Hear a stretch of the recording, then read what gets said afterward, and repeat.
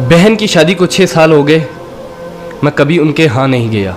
ईद शब रात अम्मी या अब्बू चले जाते थे।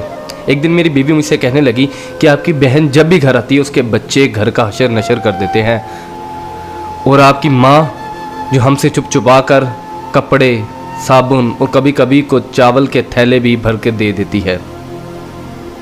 अपनी माँ से कहो ये हमारा घर है, कोई खैरात सेंटर नहीं। मुझे ये सुनकर बहुत गुस्सा आया कि मैं अपने घर का बहुत मुश्किल से गुजारा कर रहा था और मेरी माँ सब कुछ मेरी बहन को दे देती है।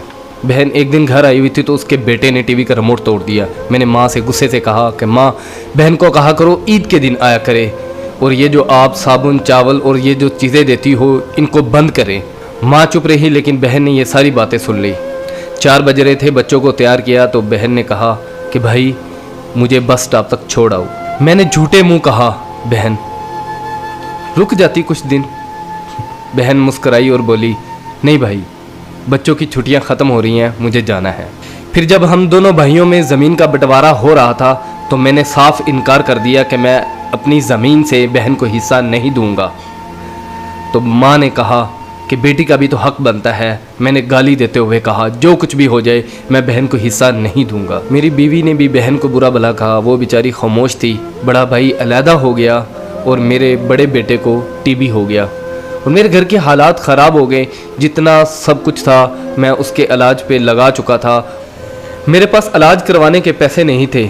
मैं बहुत परेशान था, लाखों रुपए लगा चुका था और भूख सर पे थी। परेशानी की हालत में कमरे में बैठा शायद अपने हालात पे रो रहा था। उसी वक्त मेरे घर में वही बहन आई। मैंने गुस्से से बोला ये आ गई मनहूस। मैंने बीवी को कहा कुछ तैयार करो बहन के लिए। बीवी मेरे पास आई और कहा कोई ज़रूरत नहीं गोश्त और बिरयानी बनाने की। फिर 1 घंटे बाद वो मेरे पास आई।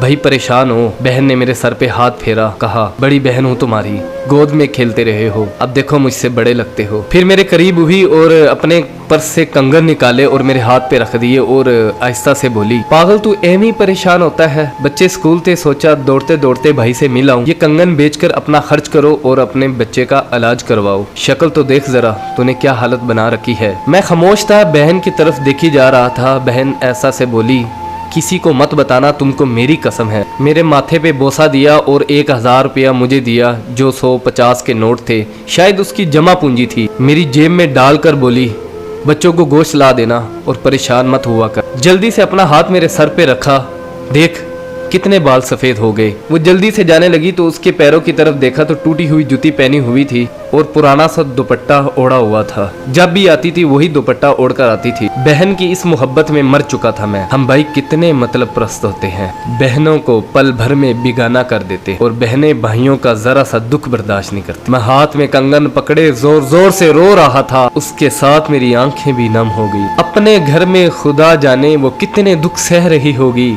कुछ लम्हे के लिए अपनी बहनों के पास बैठकर हालचाल पूछ लिया करो, शायद उनके चेहरों पे कुछ लम्हों के लिए एक सुकून सा आ जाए। बहनें माँ का रूप होती हैं और भाई बाप का रूप होते हैं। स्टोरी अच्छी लगी हो तो इसको लाइक कर दीजिएगा, इसको शेयर भी कर दीजिएगा।